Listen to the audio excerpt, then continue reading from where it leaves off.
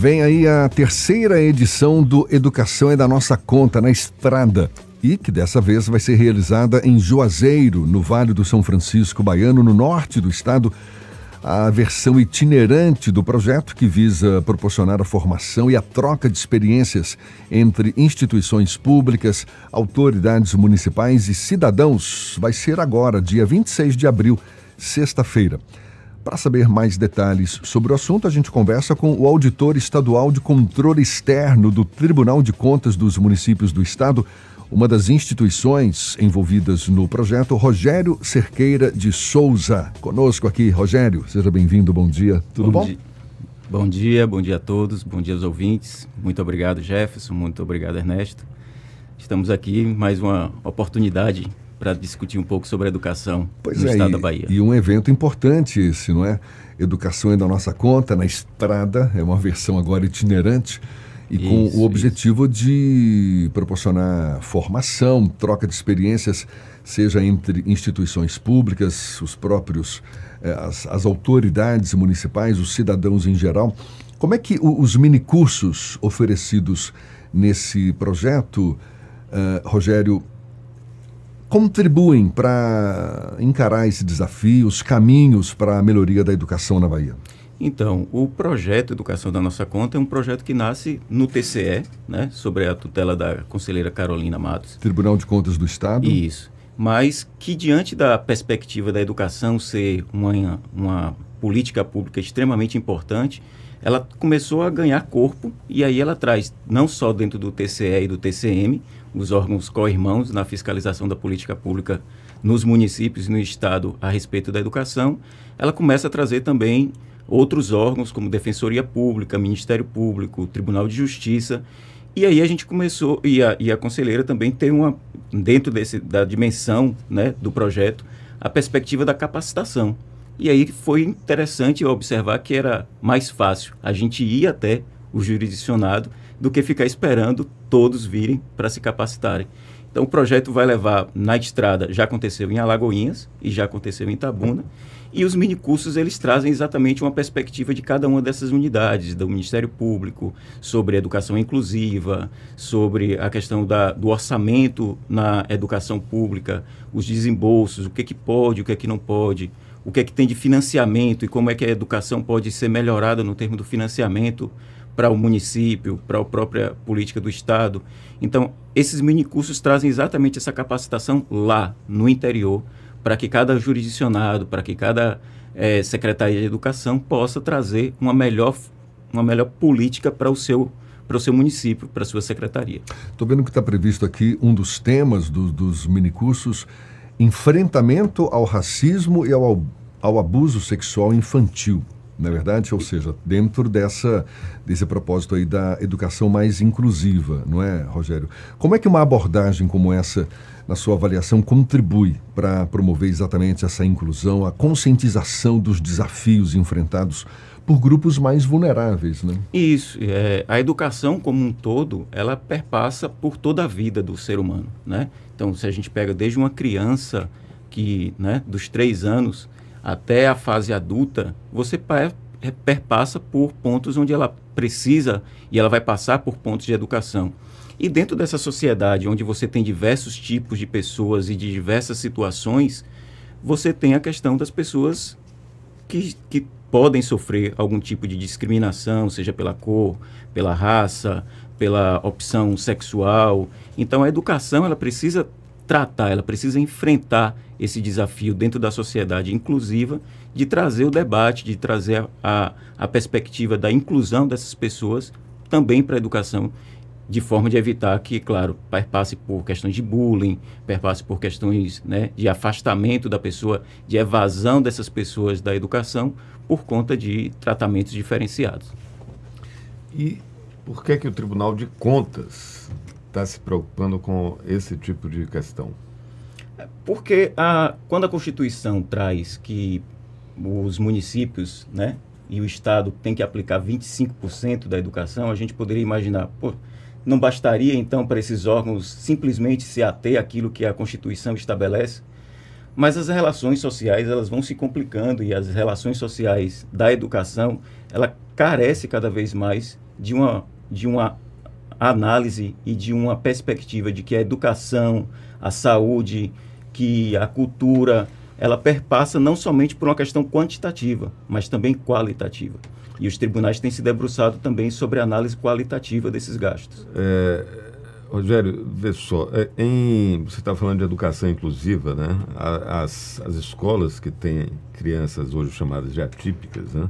Elas precisam ter a chamada sala de recursos. Sala de recursos. E muitas vezes se ouve a justificativa de que a prefeitura não tem recurso para montar a sala de recursos. Nessas oficinas, nesses minicursos, a sociedade local aprende a como desmontar esse argumento. É razoável que uma gestão municipal diga, olha, eu não tenho dinheiro para qualificar os professores, para formar professores para educação inclusiva, ou eu não tenho dinheiro para dotar a escola e a sala de aula das condições adequadas para a educação de uma criança atípica? Essa é a discussão, é um dos temas da discussão, como Ernesto já trouxe, que é exatamente trazer a forma de inclusão, né? Mas também da fiscalização.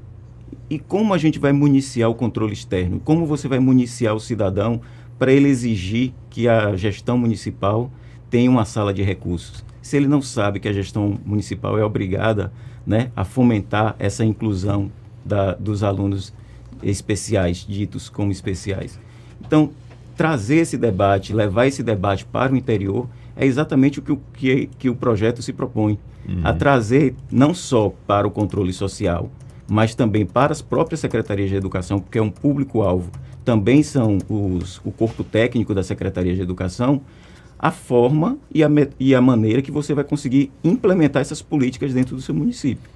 A ideia é exatamente levar esse debate, é levar exatamente essa conscientização. Então, a ação alcança tanto as equipes técnicas quanto a comunidade o controle social, também. exatamente. Conselheiros, sim, pais. Exatamente. A ideia é exatamente capacitar os conselheiros. Uma das perspectivas é exatamente fortalecer o controle social. Por quê? Porque a pessoa ela precisa ter a consciência e como ela vai exigir isso dentro da sua sociedade. Só que às vezes os conselheiros, infelizmente, eles não têm essa capacitação, eles não têm esse conhecimento. E às vezes eles são colocados dentro de uma situação de ser conselheiros sem ter ao menos... Exatamente porque não sabe, vai lá e não cria problema. E não cria problema, pode ser também. Qual é a avaliação que vocês têm das primeiras iniciativas? Vocês começaram em Alagoinhas, depois foram para Itabuna.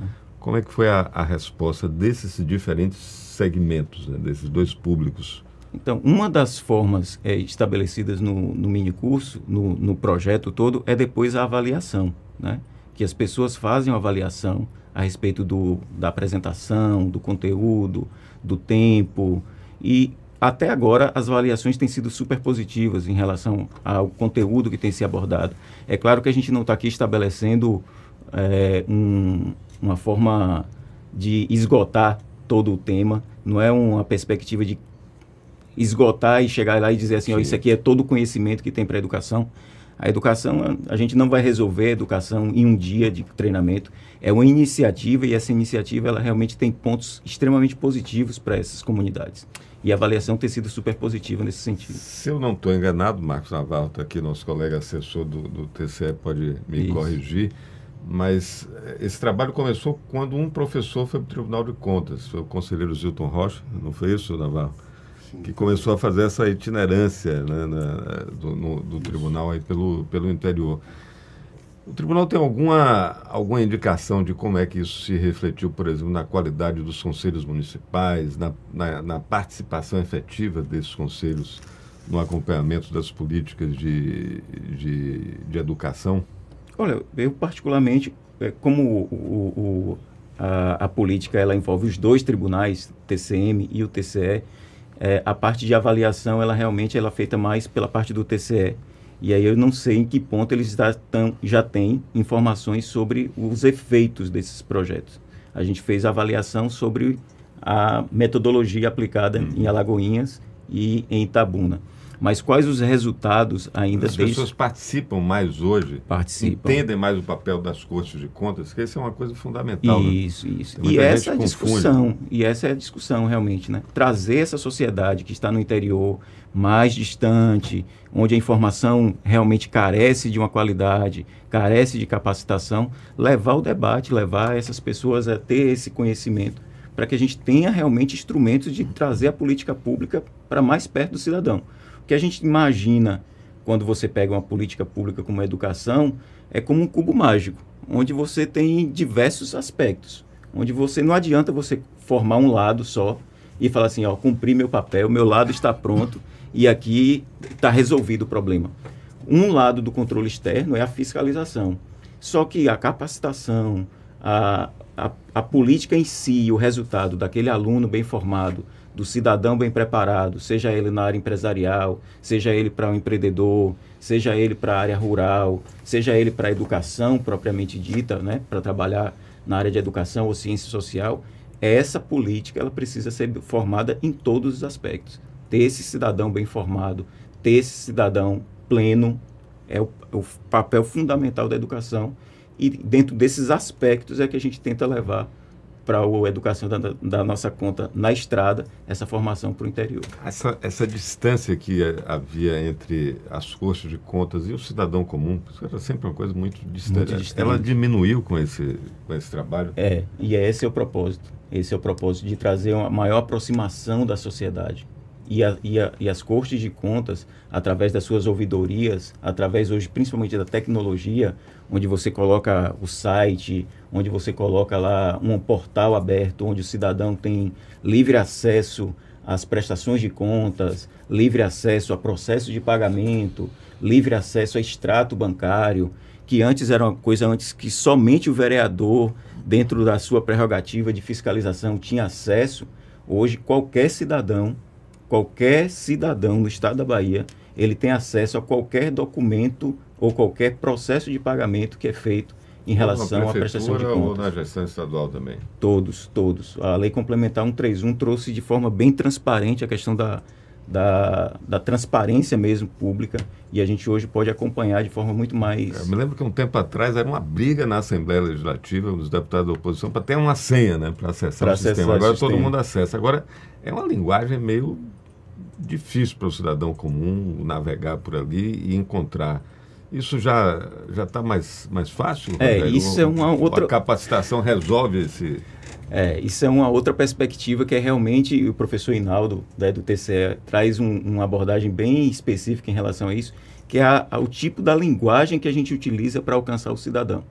Então, quanto mais a gente tivesse uma linguagem simples, quanto mais essa linguagem não fosse uma linguagem, né, técnica, extensa, muitas das vezes de relatórios extremamente extensos, você consegue atingir o cidadão naquilo que ele é mais importante para ele. Ou seja, como foi aplicado esse recurso, qual foi o resultado desse recurso, qual é o resultado dessa política. Então, esse é um desafio que realmente os tribunais estão enfrentando, que é exatamente trazer uma linguagem acessível para o cidadão. Essas experiências anteriores que vocês tiveram em Alagoinhas e em Juazeiro, não é? Itabuna. Itabuna. Alagoinhas Juazeiro e é Itabuna. a próxima, né? Isso, Juazeiro que vem agora. Que lições você destacaria como as mais aprendidas, digamos assim, e que estão podendo ser aplicadas agora nessa terceira edição, ou que vão poder ser aplicadas? Né? O sucesso, na verdade, desses mini-cursos, ele está exatamente em você trazer perspectivas bem pontuais a respeito de temas muito sensíveis na educação, como exatamente esse que você tratou a respeito da inclusão social, que você não encontra dentro de um cenário normal, né, de prestação de contas. Onde é que eu encontro discriminação racial dentro da prestação de contas? Você não encontra temas como esse. Mas quando você leva ao debate, quando você leva ao controle social, a debater sobre isso, você traz uma perspectiva de que a sociedade está começando a debater sobre aquilo. Nessas experiências anteriores, houve adesão de secretários municipais, servidores? Sim. Esse apesar de ser o controle social ter um papel preponderante para a gente, a capacitação das secretarias, do corpo técnico da Secretaria de Educação é também, com certeza, um foco bastante forte Porque você tem a parte de execução do orçamento, você tem a parte de financiamento da educação. E alguns municípios, a gente observa que isso é realmente tecnicamente muito fraco. Eu fui inspetor durante 14 anos em Jacobina e mais 4 anos inspetor lá em Juazeiro. E a gente observa que a situação de educação como um todo, né, ela ainda carece de instrumentos muito mais eficazes do ponto de vista da execução da despesa e que aquele resultado vai trazer para o cidadão um benefício do que simplesmente a execução de um índice. Eu atingi 25% de educação, prestei minha conta, estou regular. A qualidade da educação, como eu falei anteriormente, a qualidade da educação, o senso de que as pessoas hoje têm uma necessidade que não se perpassa apenas pelo professor da aula, mas por uma formação do cidadão em todos os seus aspectos, da formação da dignidade da pessoa humana, traz com certeza para esses minicursos uma perspectiva muito forte para o cidadão, para a capacitação técnica do corpo técnico das secretarias. Isso é realmente assim, um passo, e aí, como eu disse, a gente não esgota o tema lá, mas é um passo extremamente importante para a gente trazer um debate sobre a educação pública no cenário municipal e estadual na Bahia. Depois de Juazeiro, já tem algum novo município definido? Não, ainda não. O pessoal da coordenação é extremamente dedicado e aplicado com algumas coisas. Então, a gente está no ano eleitoral e a gente não tem também a intenção de querer atrapalhar, nem trazer nenhum tipo de desconforto sobre temas, sobre essa perspectiva num cenário de eleição municipal. Então, provavelmente, ela só ocorra depois das eleições municipais aí de outubro. Então, por hora, é essa terceira edição. Sexta-feira agora, em Juazeiro, lá no norte do estado, terceira edição do Educação é da Nossa Conta. E agora, na estrada, não é? A versão itinerante desse projeto.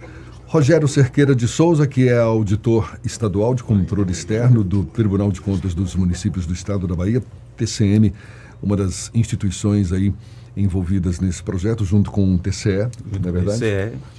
E muito obrigado, Rogério. Parabéns aí pela iniciativa. Aqui, Jefferson, que o evento vai acontecer no Colégio Estadual Rui Barbosa. Sim.